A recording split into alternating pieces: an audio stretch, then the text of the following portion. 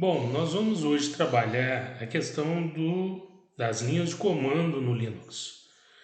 Esse capítulo é específico para a prova do Linux Essentials e nós vamos trabalhar hoje a questão do shell básico, a sintaxe das linhas de comando, as variáveis, o globing, que é o englobamento, e o uso de aspas, e uma lista parcial de arquivos, termos e utilitários utilizados no bash, echo, history, variável de ambiente path, export e type.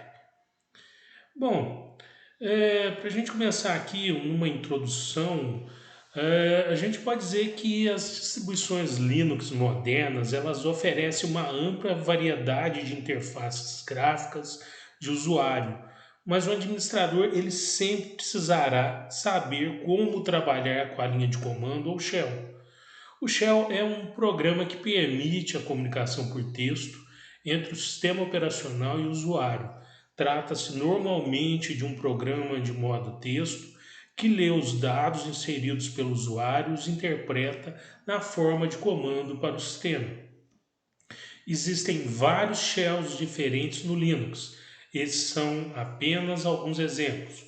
Existe, por exemplo, o Bourne Shell, o Bourne Again Shell, que é o Bash, o C Shell, que é o CSH, o TSH, que é uma versão aprimorada do CSH, o Korn Shell e o Z Shell.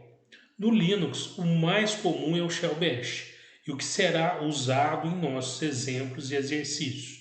Ao usar um shell interativo, o usuário insere comandos no chamado prompt para cada distribuição Linux. O prompt padrão tem uma aparência um pouco diferente, mas ele geralmente segue esta estrutura.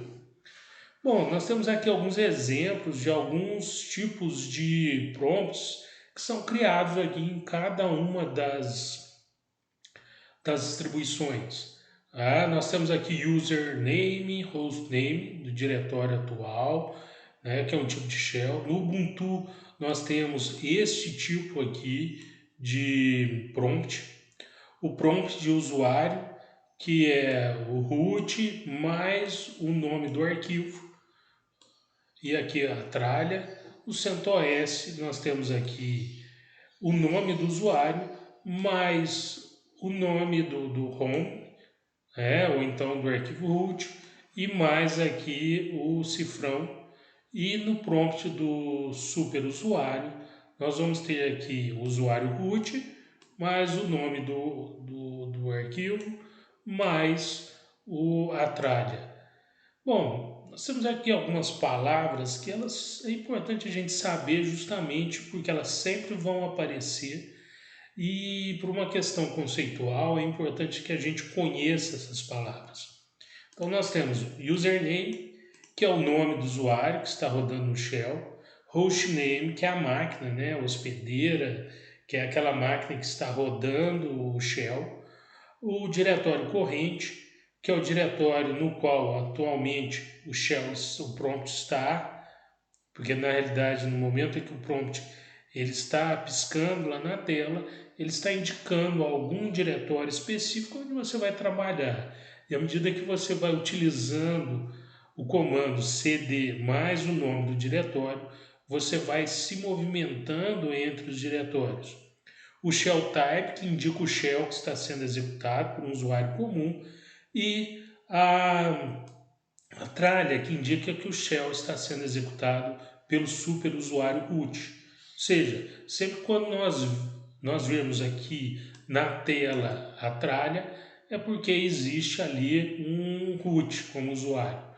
Então, como nós não precisamos de privilégios especiais, nós vamos usar um prompt sem privilégios, e nesse caso aqui, o que vai aparecer é sempre um cifrão aqui e não o root. Por questões de segurança, é sempre bom utilizar o usuário comum e deixar mesmo o prompt ou a linha de comando do root só em momentos especiais. Ou então, caso quiser digitar alguma coisa do root, utilize o su para poder obter os privilégios aí específicos do root. Então, o que a gente tem é a linha de comando cifrão e aqui ls-l barra home. Então vamos entender a finalidade de cada um desses componentes. Primeiro, o programa que o usuário pretende executar é o ls, no exemplo acima. Opções, parâmetros. Um botão que modifica o comportamento de comando de alguma forma, como "-l", no exemplo acima, as opções podem ser acessadas na forma curta ou na forma longa. Na realidade, o "-l" é uma simplificação de um outro comando que existia, que é o "-format", que é igual ao long, que é justamente o que era utilizado aí para poder fazer essa listagem dos arquivos em um determinado diretório. Então é possível combinar as múltiplas opções no caso de formato abreviado. As letras geralmente podem ser digitadas juntas. Por exemplo, os seguintes comandos fazem todos a mesma coisa. Então nós temos ls-al, ls-al separadamente e ls-al e format long.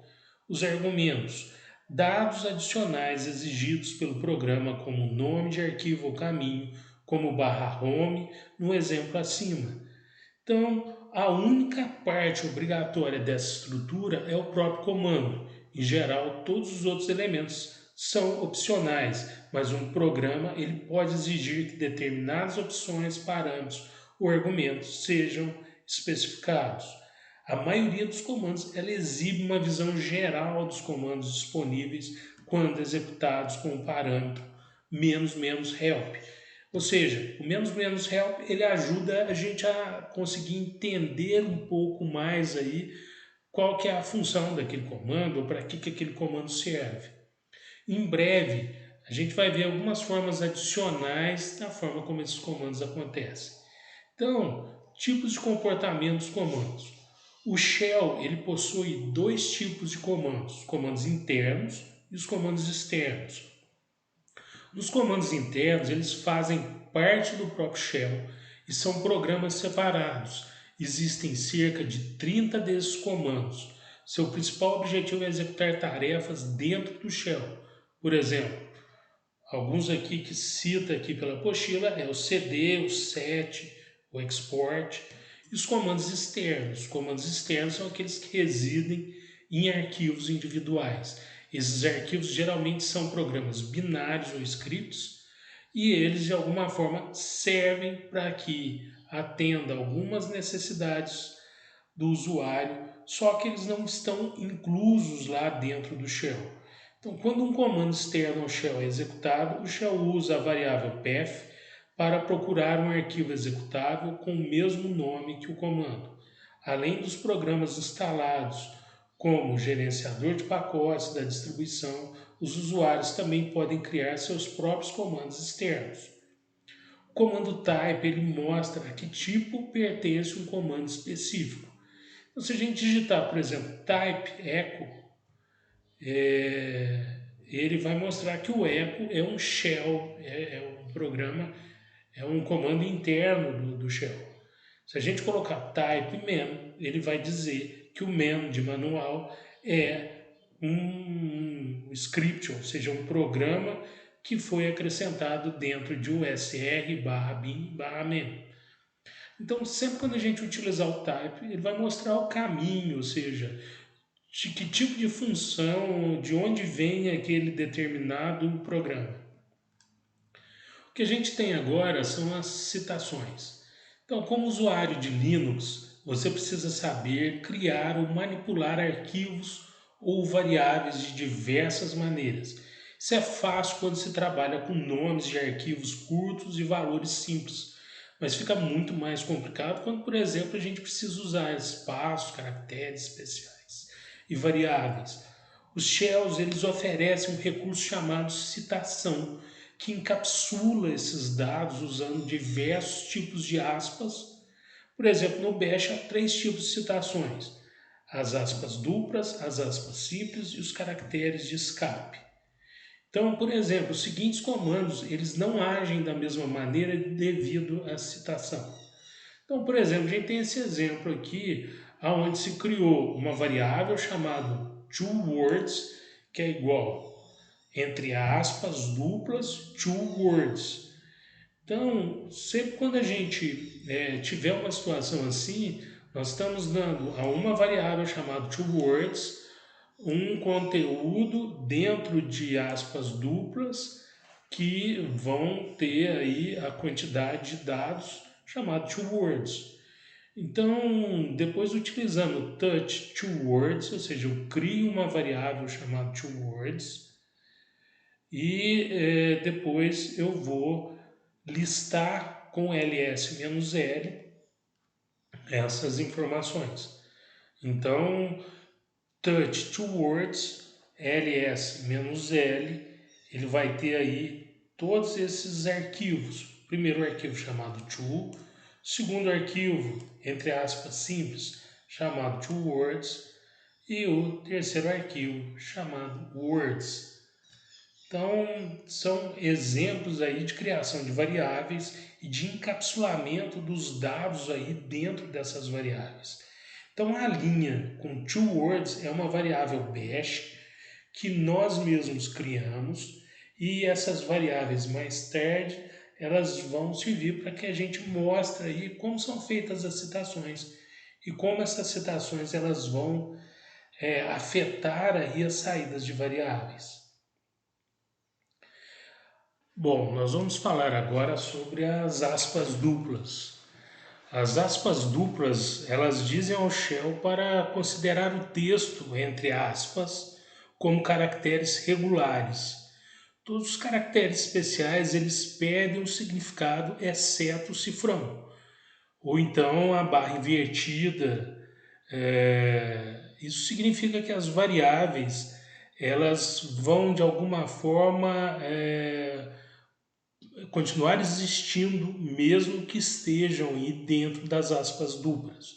Então a função das aspas duplas é poder manter tudo que estiver aí depois do cifrão como uma variável sem gerar qualquer alteração aí no que ela representa aí dentro da linha de comando ou dentro do sistema. Então, por exemplo, a substituição da variável user não é afetada pelas aspas duplas. Então nós temos aqui echo igual a am user. Então, como não teve aqui as aspas duplas, o usuário, que é o Tom, né? Então foi substituído aqui o usuário por Tom. E nós temos aqui echo, entre aspas, igual a am user, que é a mesma coisa, ou seja, ela continua mantendo aqui o significado que existe dentro da variável user. Então, um caractere de espaço, por outro lado, ele perde seu significado como separador de argumentos. No caso aqui, ele colocou touch new file, ou seja, criou-se um novo arquivo e fez um ls-l e que listou todos os arquivos dentro desse diretório, inclusive o new file que foi criado aqui pelo touch. Então, o touch ele tem essa função de, entre outras funções que ele tem, de também criar arquivos individuais. Esse comando ele interpreta as duas sequências como argumentos individuais e no segundo exemplo o comando interpreta as duas sequências como argumento e, portanto, cria apenas um arquivo. No entanto, recomenda-se evitar aí o caractere de espaço nos nomes de arquivos. Em vez disso, é preferível usar um sublinhado ou um ponto. No caso aqui das aspas simples, elas não têm as exceções das aspas duplas. Elas revogam qualquer significado especial de cada caractere. Se retomarmos um dos primeiros exemplos acima. Então, da mesma forma que a gente criou lá em cima aquele comando com as aspas duplas, nós vamos criar o comando agora com as aspas simples. Então, no echo am_user, com o cifrão aqui, que é o tom, então aqui continua mantendo aqui a variável. Na situação onde nós temos aspas simples, nós temos o echo am_user, que é a situação na qual nós temos aqui uma variável.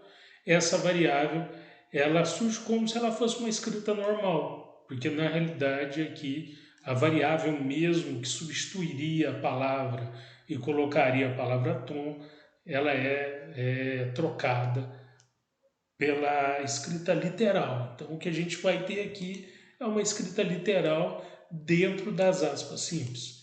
Então, o comando agora ele vai exibir a sequência exata sem substituir a variável. Caracteres de escape. Podemos usar um caractere de escape para remover os significados especiais dos caracteres do bash, voltando à variável de ambiente cifrão user, né? Ou seja, variável user. Então nós temos aqui o echo user, que vai trazer o conteúdo da variável user, que é Carol. Vemos aqui que, por padrão, o conteúdo da variável é exibido no terminal. No entanto, se colocarmos um caractere de barra invertida antes do cifrão, o significado especial do cifrão será cancelado.